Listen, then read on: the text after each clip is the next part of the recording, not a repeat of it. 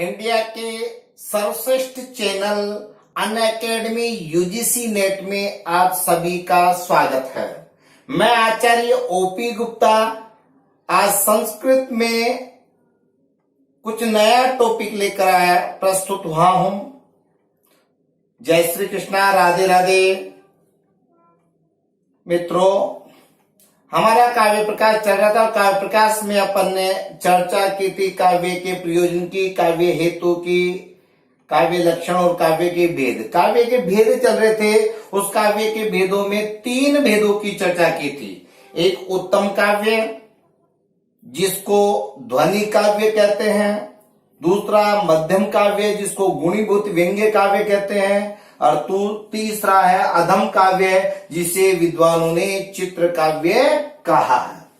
तीसरा अधम, देखो उत्तम काव्य में हमने बताया आपको कि जहां पर वाच्यार्थ की अपेक्षा व्यंग्यार्थ अधिक चमत्कारजनक होता है वहां पर उत्तम काव्य ध्वनि काव्य होता है। व्यंग्यार्थ की प्रधानता होती है उसे उत्तम काव्य। जहां पर व्यंग्यार्थ की अपेक्षा वाच्यार्थ अधिक चमत्कारजनक होता है वहां पे मध्यम काव्य या गुणीभूत व्यंग्य काव्य होता है। और जहां पर अधम का मतलब है जहां पर व्यंग्यार्थ हो ही नहीं, व्यंग्यार्थ से रहित जो काव्य होता है वह अधम काव्य की श्रेणी में आ जाता है। और इसे ही विद्वानों ने चित्र काव्य के नाम से भी पुकारा है। तो अधम काव्य तीसरा भेद है, अधम काव्य या चित्र काव्य। अधम काव्य चित्र काव्य का लक्षण दिया इन्होंने, इसकी परिभाषा दी कि शब्द चित्रम वाच्य चित्रम अव्यंग्यम त्वरम स्मृतम। क्या? शब्द चित्रम वाच्य चित्रम अव्यंग्यम त्वरम स्मृतम। क्या कि शब्द चित्र वाच्य चित्र 2 भेद बताए, लेकिन अव्यंग्यम त्वरम स्मृतम यानी कि अव्यंग्य से रहित, अव्यंग्य का मतलब व्यंग्य से रहित जो काव्य है उसे अधम काव्य चित्र काव्य कहा है। और शब्द चित्रम वाच्य चित्रम, ठीक है, शब्द चित्र वाच्य का मतलब अर्थ, ठीक है। तो इधर देखिए यहाँ पे अर्थात व्यंग्यार्थ रहित काव्य को ही विद्वानों ने अधम काव्य चित्र काव्य कहा। और यह जो काव्य है इसके 2 भेद के, इसके शब्द चित्र तथा अर्थ चित्र 2 भेद होते हैं। इसके 2 भेद की, एक शब्द चित्र एक अर्थ चित्र। प्रश्न पूछ ले कि अधम काव्य के 2 भेद कौन से हैं, तो शब्द चित्र और अर्थ चित्र। आपसे पूछ लिया जाए व्यंग्यार्थ रहित काव्य कौन सा होता है तो आप आंसर देंगे अधम काव्य। आपको प्रश्न पूछ लिया जाए कि चित्र काव्य किसे कहा गया है तो अधम काव्य को चित्र काव्य कहा गया है। एक बार इसका स्क्रीनशॉट ले लो, फिर दोनों भेदों की अपन चर्चा करते हैं, ठीक है।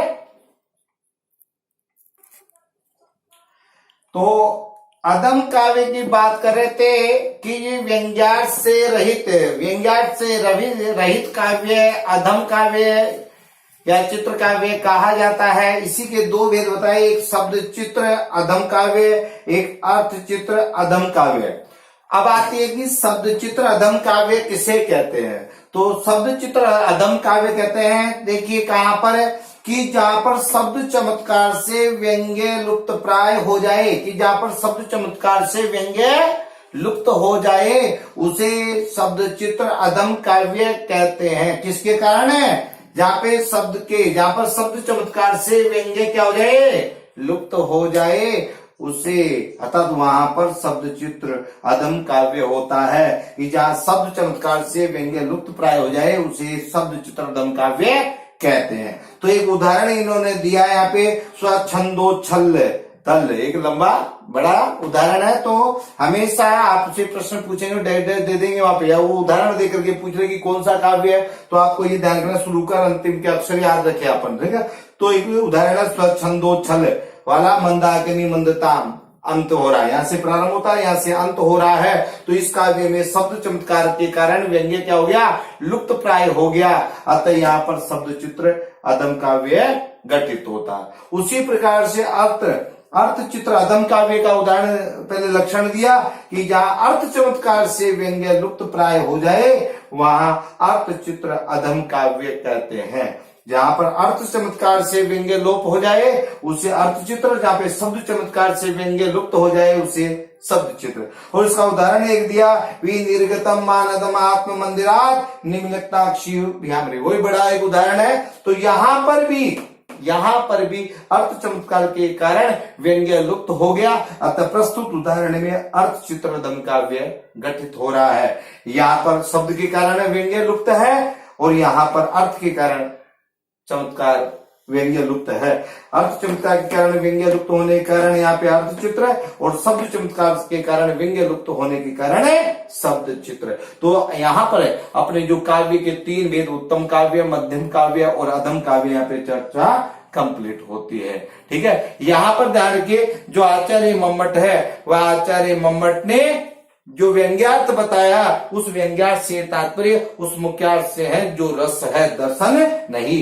कहने का मतलब यहाँ पर जो आचार्य मम्मट ने व्यंग्यार्थ माना है उस व्यंग्यार्थ में जो मुख्य अर्थ माना बस वो है रस को माना, दर्शन को नहीं माना है। यानी जहाँ पे रस है, जहाँ पर व्यंग्यार्थ है, उसी को उन्होंने काव्य के रूप में माना, श्रेष्ठ काव्य उसी को माना है। इस प्रकार से हमारा यहाँ पर प्रथम उल्लास समाप्त होता है, जिसमें काव्य प्रयोजन, काव्य हेतु, काव्य लक्षण, काव्य के भेद पूरे यहाँ पे हो गए।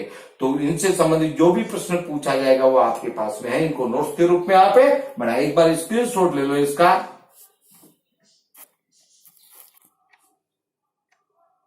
ठीक मित्रों, काव्य प्रकाश के प्रथम उल्लास की बात हो गई, अब द्वितीय उल्लास की तरफ बढ़ते हैं। तो वाग देवता अवतार आचार्य मम्मट ने काव्य का स्वरूप स्पष्ट करते हुए शब्द और अर्थ को काव्य का शरीर माना है। क्या? आचार्य मम्मट ने काव्य का स्वरूप स्पष्ट करते हुए शब्द और अर्थ को काव्य का शरीर माना है। अब जिज्ञासा उत्पन्न होती है, किंतु जो यह है एक जिज्ञासा उत्पन्न होती है कि शब्द और अर्थ क्या है। भाई शब्द और अर्थ की बात हुई कि आचार्य मम्मट ने शब्द और अर्थ को काव्य का शरीर माना है। अब आती है कि शब्द और अर्थ क्या है, ठीक है, इसका विवेचन प्रस्तुत करते हुए आचार्य मम्मट ने शब्द बताए हैं। क्या बताए? शब्द और अर्थ को स्पष्ट करते हुए शब्दों को 3 प्रकार का बताया है कि एक वाचक होता है, एक लक्षक होता है और एक व्यंजक होता है। 3 प्रकार के शब्दों की चर्चा की आचार्य, और 3 प्रकार के शब्दों के साथ में ही 3 प्रकार के अर्थों की भी चर्चा की है। 3 प्रकार के शब्दों के बाद में 3 प्रकार के अर्थों की भी चर्चा की है।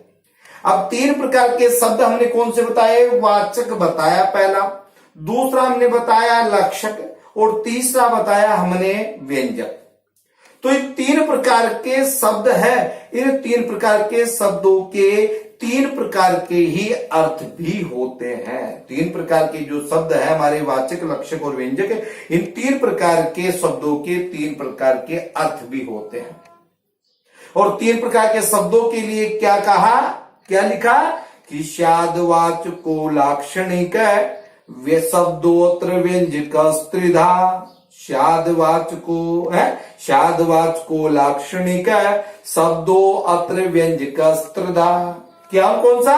वाचक, लाक्षणिक यानी लक्षक और व्यंजक। वाचक, लक्षक और व्यंजक 3 प्रकार के शब्दों के लिए 3 प्रकार के अर्थ बताए। और 3 प्रकार के अर्थ के लिए क्या बताया कि वाच्यादयस तदर्थासयु। क्या? वाच्यादयस तदर्थासयु कि वाच्य आदि 3 प्रकार के अर्थ भी बताए। तो वाच्यादय का मतलब वाच्य आदि। तो वाच्य आदि से मतलब है वाच्य, लक्ष्य और व्यंग्य। वाच्य, लक्ष्य और व्यंग्य। ठीक है, तो आचार्य मम्मट ने काव्य के स्वरूप को स्पष्ट करते हुए शब्द और अर्थ को काव्य का शरीर माना और शब्द और अर्थ क्या है इसको स्पष्ट करने के लिए, शब्द और अर्थ क्या है इसको स्पष्ट करने के लिए आचार्य मम्मट ने 3 प्रकार के शब्द बताए। ठीक है, तो आपसे यही प्रश्न पूछ सकते हैं क्या कि आचार्य मम्मट ने 3 प्रकार के शब्द कौन से बताए, या आपसे ये पूछ सकते हैं कि आचार्य मम्मट ने शब्द कितने प्रकार के बताए, तो 3 प्रकार के।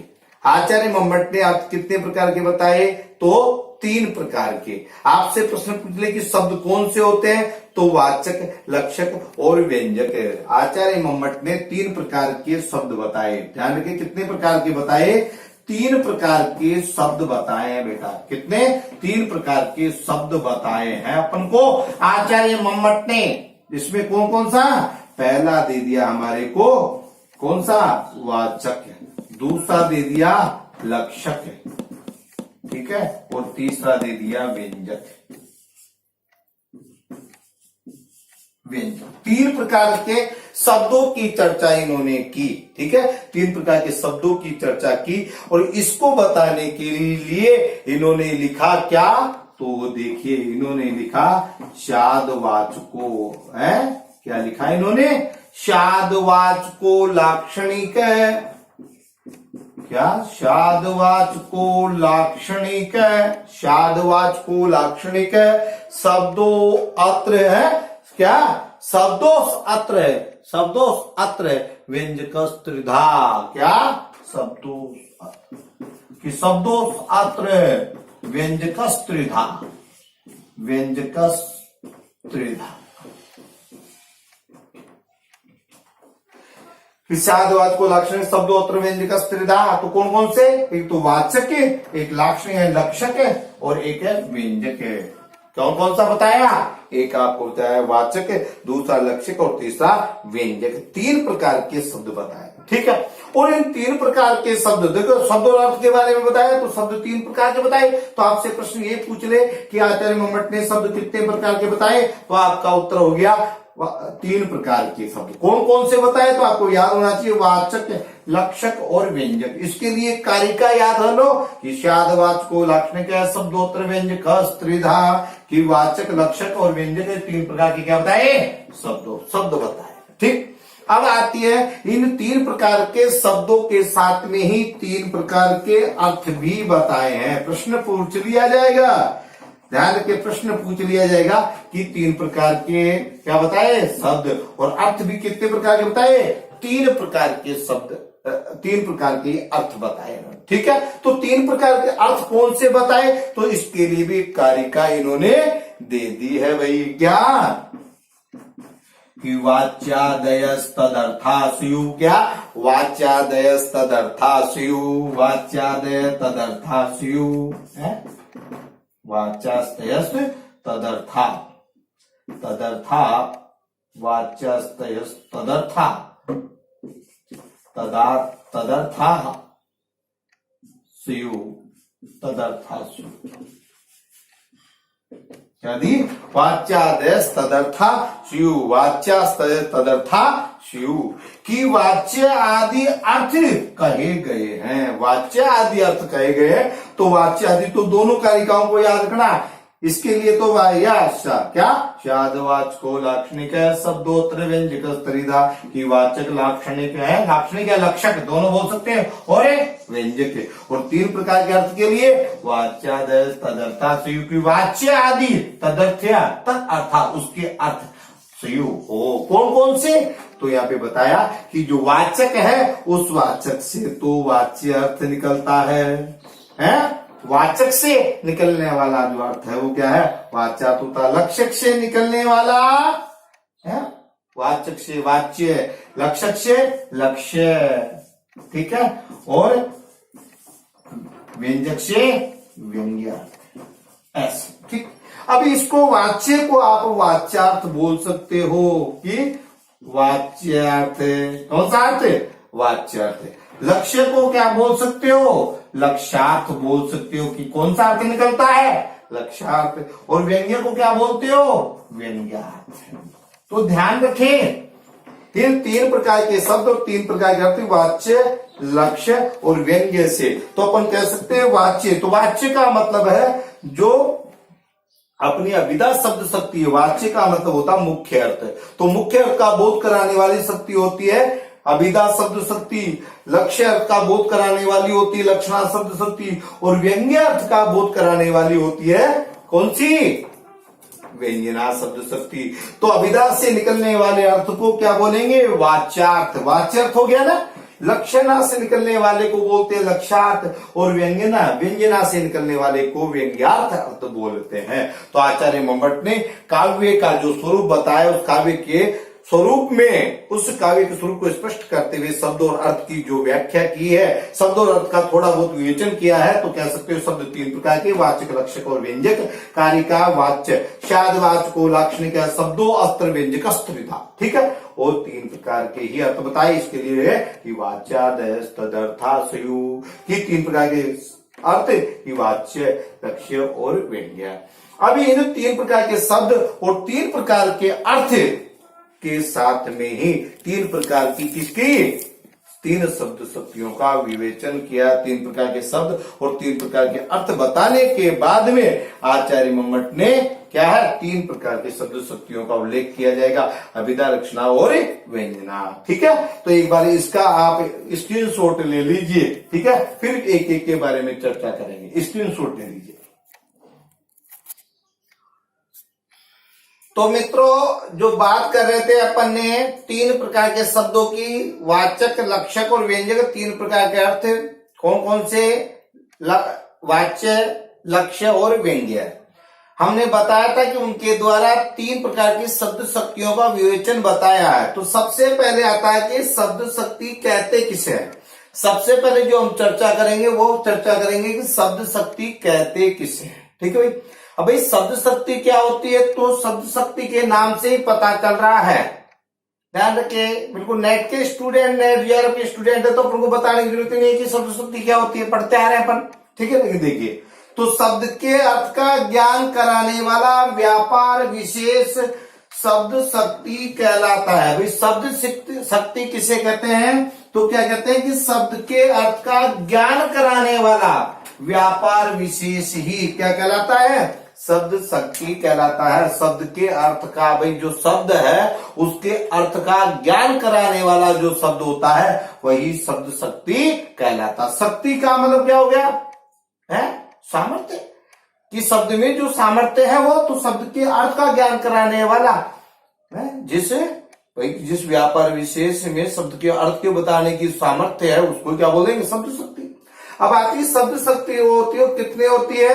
ये शब्द शक्ति कितने भेद होते हैं शब्द शक्ति के? तो शब्द शक्ति के तीन भेद होते हैं। भाई कितने भेद होते हैं? तीन। शब्द शक्ति तीन प्रकार की होती है। कौन कौन सी होती है शब्द शक्ति तीन प्रकार की? तो सब जानते हो आप लोग। पहली कौन सी होती है? अभिधा शब्द शक्ति। दूसरी कौन सी होती है? लक्षणा शब्द शक्ति। दूसरी कौन सी होती है? लक्षणा शब्द शक्ति। दूसरी नंबर की कौन सी है? लक्षणा शब्द शक्ति। और तीसरी होती है व्यंजना शब्द शक्ति।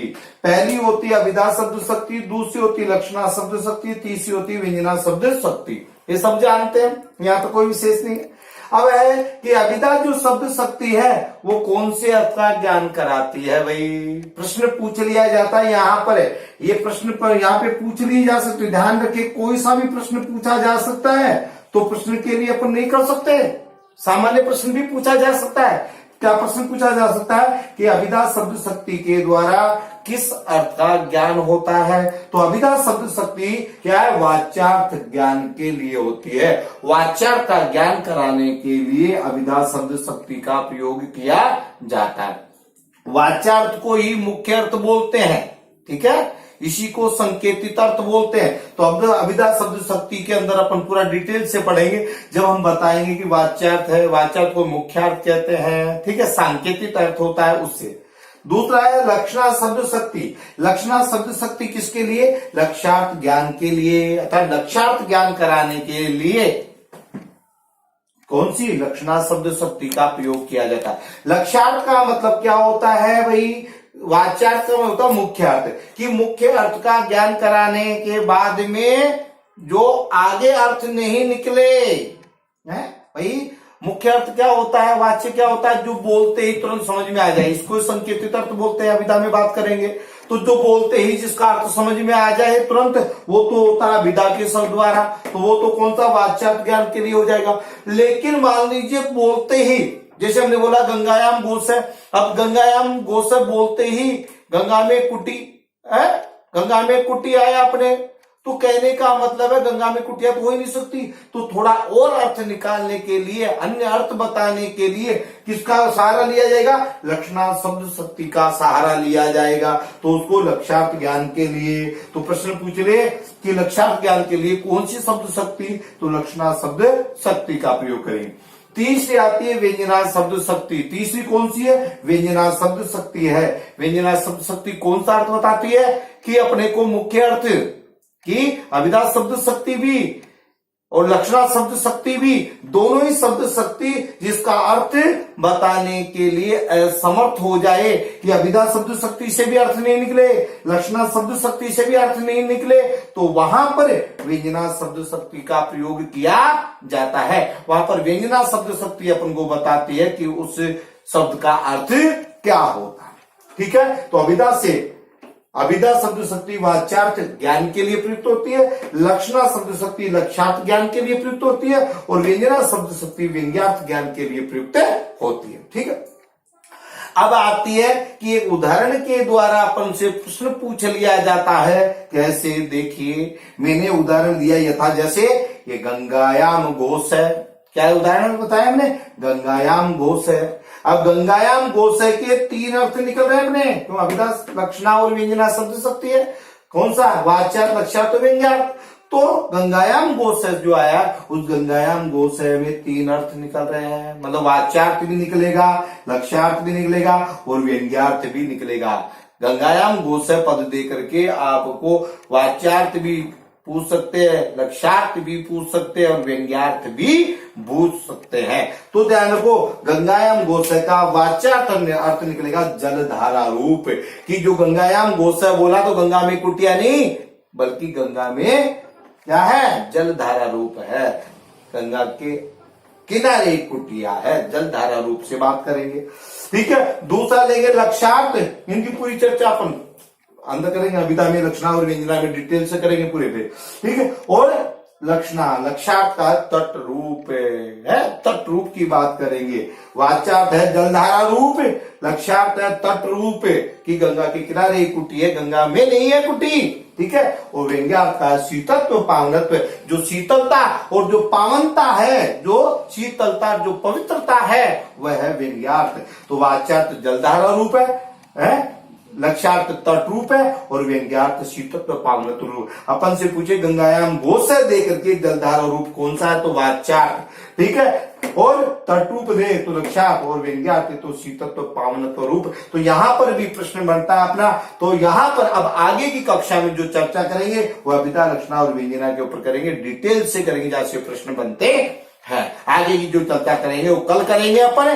ठीक है, इसी के साथ में ध्यान रखें, जयतु संस्कृतम जयतु भारतम, ज्यादा से ज्यादा शेयर करें। जय श्री कृष्णा, आपका दिन शुभ हो।